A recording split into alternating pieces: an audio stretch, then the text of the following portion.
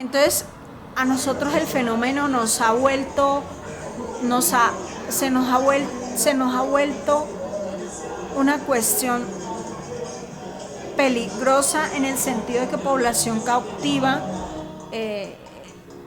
sale casi sin capacidad para resocializarse. Entonces nosotros mismos estamos cometiendo unos errores muy delicados en ese sentido y nos supera, pero los actores ya están haciendo el esfuerzo por transitar, por verse en otra tónica, y el ejercicio obvio no es perfecto, pero la iniciativa de desescalar la violenticidad, por ejemplo en cárceles, es interesante, pero no es un camino obviamente de la noche a la mañana. Hace falta todavía ir y desescalar el conflicto en las cárceles, sin prometerle a los actores que eso pasa directo a tener una amnistía. Yo nunca he estado a favor de eso. Son mejorar poco a poco las condiciones, verificar qué actores pueden transitar en otras vías de resocialización y sacarlos del momento de culpa, que los criminólogos han visto que eso es como que lo más que afecta y estratifica tanto el ambiente en cárceles. Es un mundo muy complejo y han hecho ejercicios y es más fácil manejarlo, dándole más herramientas y permitiéndole a los actores trascender el cumplimiento de sus penas en unos escenarios que no los aíslen ni los vuelvan seres tan reticentes a un comportamiento social con promedio, por así decirlo. Entonces, el hecho de que cuando Nayib Bukele nos criticó, pues es que el fenómeno, cuánta criminalidad hay por metro cuadrado, pues en ellos fue una cuestión súper fuerte. Ya sabemos todo el reto que tienen los países pequeños de Centroamérica. Ha sido completamente vallazado por ciertos fenómenos de efecto coletazo, por estar más cerca de Estados Unidos. Entonces llega todo esto a Colombia y como que hace un stop, como que el canal de Panamá como que hace un corte y nos ponemos disciplinados y las tonalidades cambian. Sí, son en promedio países más grandes, pero no por eso, porque Uruguay y Paraguay son países muy pequeños y ellos son de un nivel de civilidad muy alto, de trascender todas estas situaciones. Entonces, yo le ofrezco estas tonalidades a AMLO, analizar todo esto, por ejemplo, ubicar todas las multinacionales que van a empezar a avanzar, que se ubiquen en la frontera sur o la frontera contra los demás países de Centroamérica, porque pues si lo que objetivamente se quiere es mejorar la empleabilidad, detener el efecto migratorio, pues qué mejor ahí, y buscar vías y canales humanitarios para que la mercancía que se produce cruce o por tierra o por mar. Ellos que tienen un buen sistema intermodal, incluso ahora tienen sistema de trenes, entonces son lógicas que, obvio, yo lo digo por lo que nosotros en Colombia hemos hecho. Ha habido mucha conciliación con actores de todo tipo para respetar las vías, para que ya no hayan, aquí se llamaban las pescas milagrosas, lo que ocurría en las vías. Aquí había control de horarios, los carros no pueden sino circular de tal hora a tal hora, o tales empresas no más, etcétera. Aquí pasamos por absolutamente muchas cosas. Muchísimo gratitud a los actores que firmemente creyeron en que podrían verse desde otro sentido. Toda la vida agradecerle a todos, porque fue una decisión conjunta del país, y pues todos los que pisan Colombia pues vivimos como colombianos. Entonces, en ese aspecto, Yo hablo de lo que nosotros hemos vivido y eso que nosotros no tenemos esas vidas tan bonitas como ustedes. No tenemos un vecino cercano que nos pueda comprar tanto como a ustedes. Nosotros todos somos no muy diferentes en nuestro desarrollo económico, no tenemos muchísima capacidad económica y pues las condiciones son como muy homogéneas.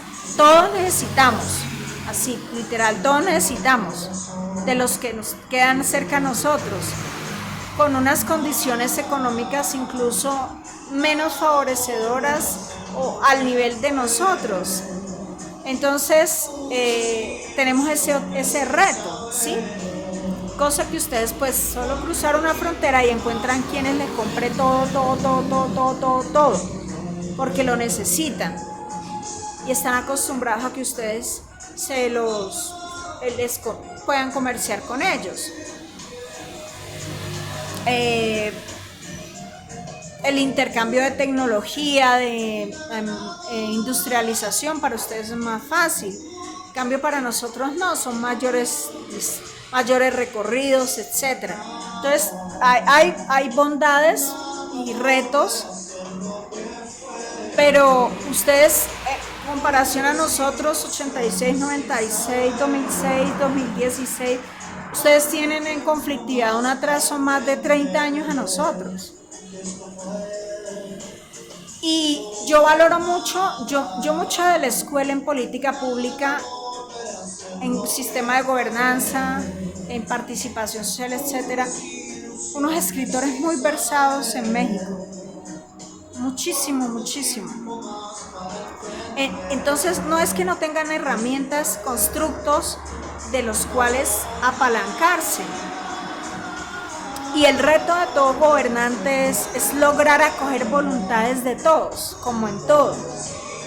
Así el actor fuere no reconocido ante la sociedad o entre comillas ilegal, pero si el actor a ti no te agrede cuando tú vas a realizar tu ejercicio ciudadano, pueda que nunca asistan a tus reuniones, sí, pero el simple hecho de que no te suceda nada malo, eso quiere decir que el actor ve bien lo que tú haces,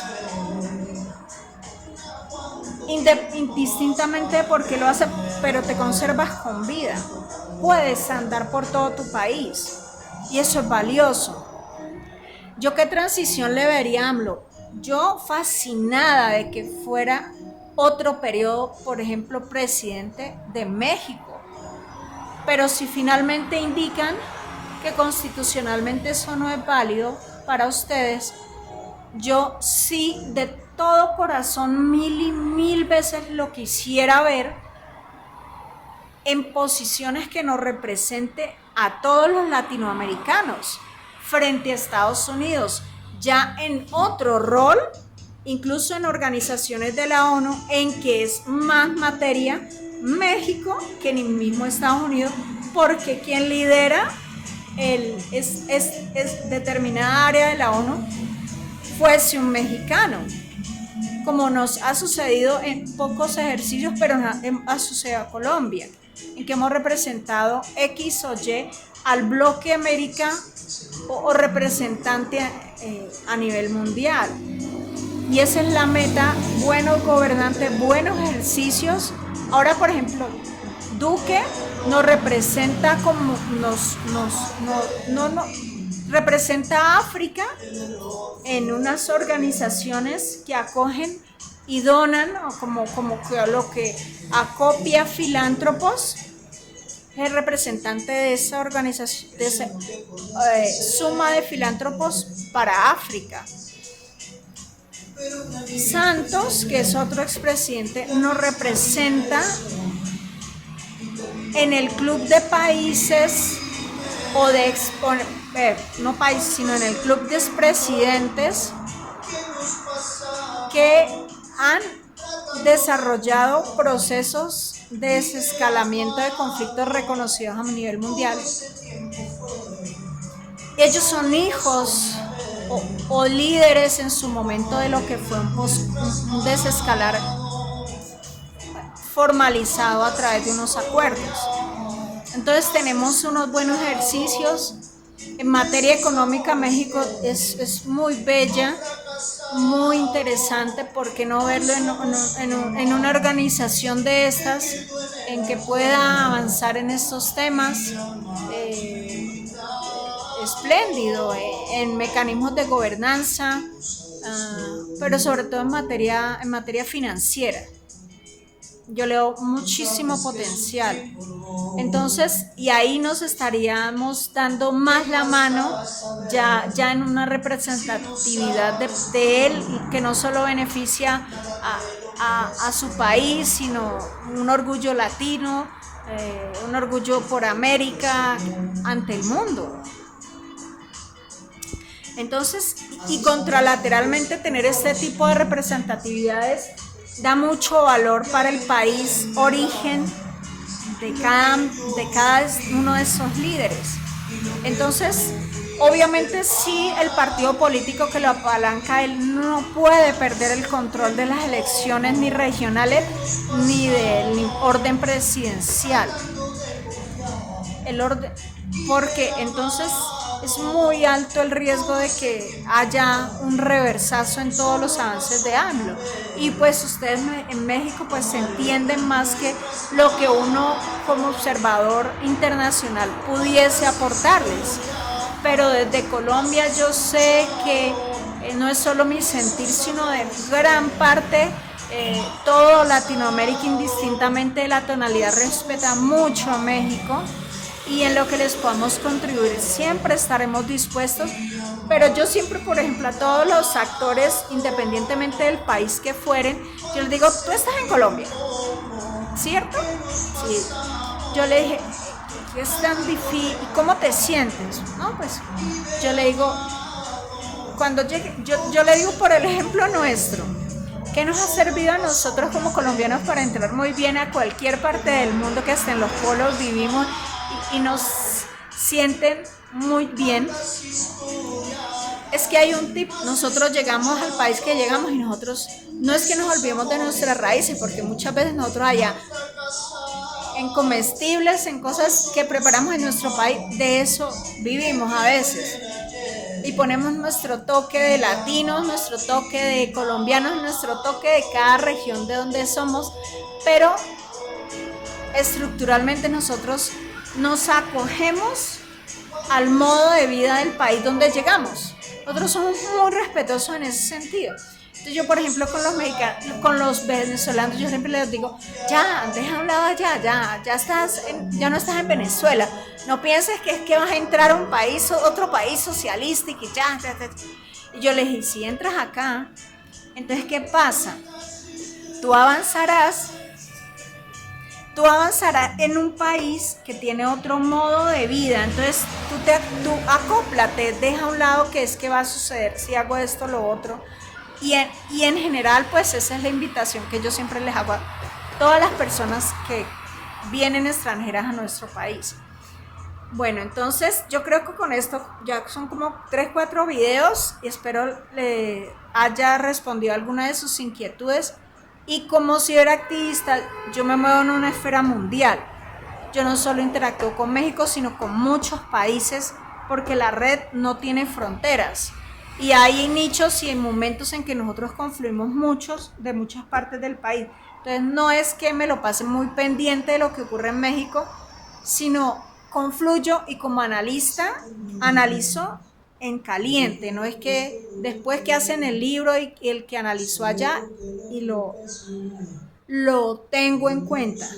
Sí, porque ya los momentos pues han facilitado otras tonalidades y como siempre les digo, en modo paz es mejor.